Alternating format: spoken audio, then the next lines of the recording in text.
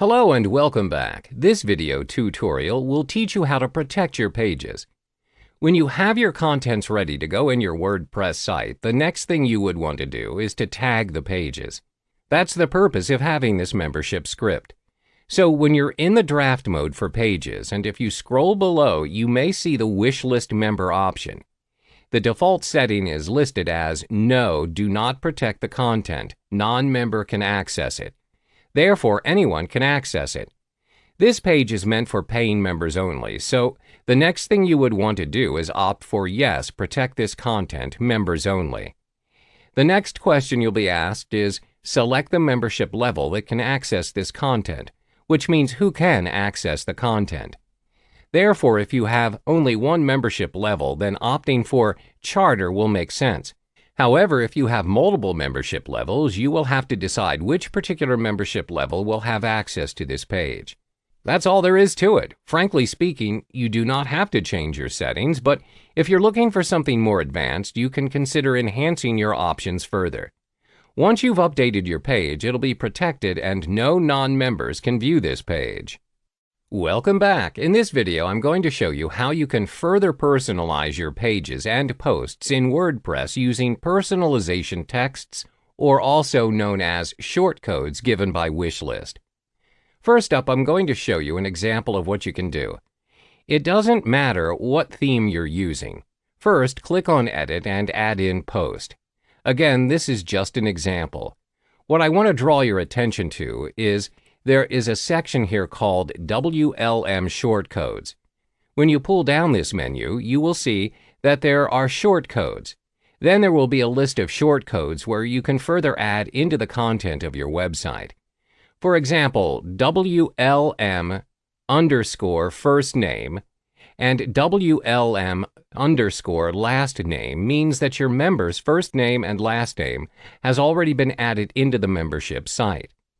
Another element you would want to focus on will be the WLM underscore login form. You can choose to put this anywhere on the page in the widgets. Therefore, whenever someone logs into the membership site, the page will be further personalized. So here's an example. I'm going to add in a short code, which is the WLM underscore first name. Now I'm going to click Update or Save and view the page. As you can see here, the name of the member is already embedded into the page. This is good for you as it allows your membership site to be widely personalized, as well as giving a better experience to your members. Hey there! In this tutorial, I'm going to show you how to create a new membership level within Wishlist. So, if you are starting on a new website, you will not see anything over here. Let's just proceed to add in a new membership level. We'll start off with the first membership level. Key in any name you want. If you plan to have different levels, you will do well to plan the name in advance. For example, I'm just going to call this Gold Membership Level. As you can see on the next column, your registration URL has already been created for you. You can choose to name it however you want, but I recommend you just leave it as it is, so it will be harder for people to guess your registration address. The next step is your redirects. How After Login works is that whenever a member logs in, he or she will see an existing web page of your choice. You can choose to leave this by default, or if you have already created a web page that you want your audience to see first, you can do so. I want to let you know that this is a good opportunity to show a one-time offer if you have any, and this will give you a chance to make money. The next part is called After Registration. This is the first page your member will see as soon as he or she signs up. Again, you can choose to leave this by default or send him or her to a specific web page of your choice. The following step is Access To. You're going to plan to have only one membership level for your membership site, then this will be quite straightforward as you can opt for all of these options. Or you can just choose to leave these alone if you used to have different membership levels that have access to different pages in your website. Moving on is the length of subscription. If you are doing a monthly membership site, then it will make sense to put in every 30 days. When the payment does not go through, the membership will expire by itself. You must set this up with your payment process, which you can complete through the Integration tab, which will not be covered in this video. Alternately, if this is going to be a lifetime membership where your customer pays only once to have access to your membership site permanently, then you'd want to opt for the no expiration date. Now let's have a look at advanced settings. This is optional. For the registration requirements, I recommend you opt for Require CAPTCHA Image on registration page, as this protects your registration page against robots and automated signups. If you really want to make sure that your members really want to sign up to your membership site, you can click on the second option, which is the Require Email Confirmation after registration. The rest of the options can be left alone, although you will do well to check them out and see if you'd like to add on some advanced settings to your membership site. But as far as the basics go, you're pretty much done and you continue to add new level. That's about it.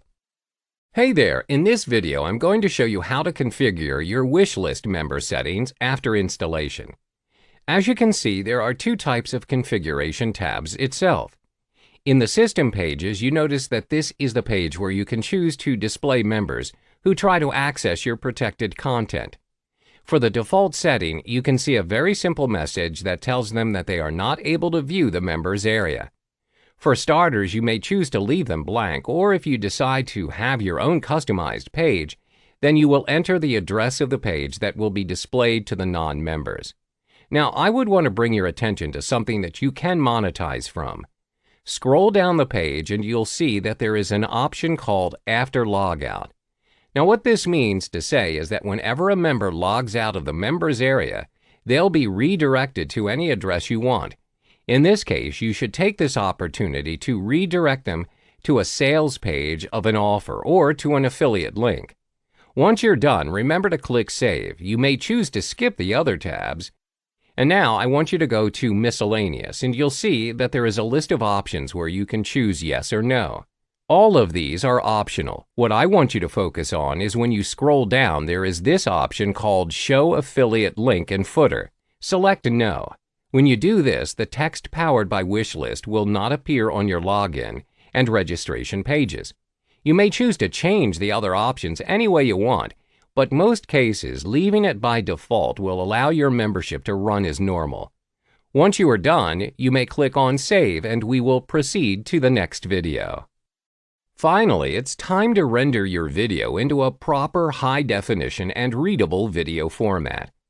All you need to do is click Share and choose the Local File option. In the pop-up box, click the Custom Production Settings. I want you to focus only on these two options. It is the MP4 only for 720 pixels and the MP4 only for 1080 pixels. A high-definition content recording is a must for all kinds of videos you want to create.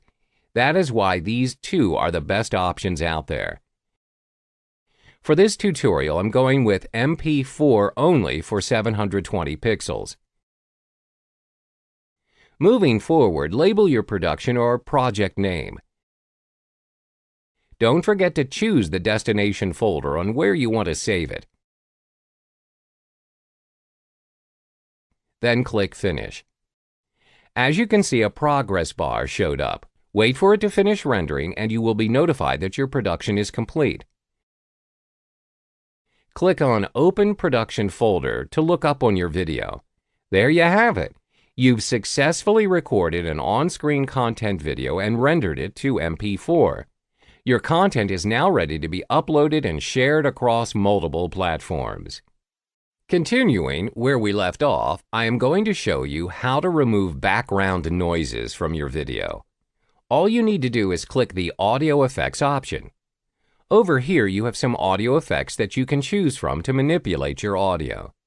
To remove the background noises, just choose the Noise Removal option. Drag and drop the effects to your audio. As you can see, the effect is being automatically applied to your audio. Neat, right? That's all there is to it for the removal of background noises. In the next module, I'll show you how to apply transitions to your video. To start adding transitions to your video, all you need to do is click the Transitions option. If you scroll down, you can see that Camtasia has a variety of transitions available for you to choose from. You can hover your mouse over it to see a short preview of each transition. Let's go with fade. Drag the transition, and before you add it to the video, you can see that you can put it either at the beginning or at the ending of your video. For now, let's choose the beginning. Once you've done that, preview the transition. See how your video fades in from the beginning? But if you want to make the transition fade in longer, all you need to do is extend the transition like this. Now, as you can see, the extension allows the transition to appear longer and slower. Next, let us try putting another transition at the end of the video. Drag the fade through black transition and drop it at the end. Using the same technique, you can choose to extend the transition by dragging it within your video. Don't forget to preview it to see if it is to your liking. That concludes adding transitions to your video. In this module, I will be showing you how to create your awesome content using Camtasia Studio. This will include editing, removing noises, creating transitions, and rendering your videos. Let's get started. Click Camtasia to run the program. To start, click Record on the top right screen, and a frame of what you want to record will pop up. This middle pointer allows you to adjust the position of the frame. What I want you to focus on is this box below it. Under the Select Area side, you have the option to do a full screen or a custom recording. Custom recording lets you choose your desired dimensions. On the right side is the recording inputs. Over here you can choose to turn on your camera while recording and also audio. Beside it is where you can adjust the volume of your audio. So make sure to adjust everything that I've mentioned before you start recording. You can do so by clicking the Rec button to record. Say, for example, you want to record this notepad. You need to make sure that it fits the frame. Anything outside of the frame won't be recorded. In the next module, I'll teach you how to edit your recorded video. For this part, I will show you how to edit your video. This includes splitting and cutting videos. Additionally, you will learn how to separate the audio from its video and adding new audio for the video. Let's get to it. Click Import Media and choose the recording that you've done previously with Camtasia. As you can see, that recording will be put in your media bin. To begin, just drag and drop the video to the timeline below. Most of your editing process will be done here in the timeline. You can click play to preview the recorded video.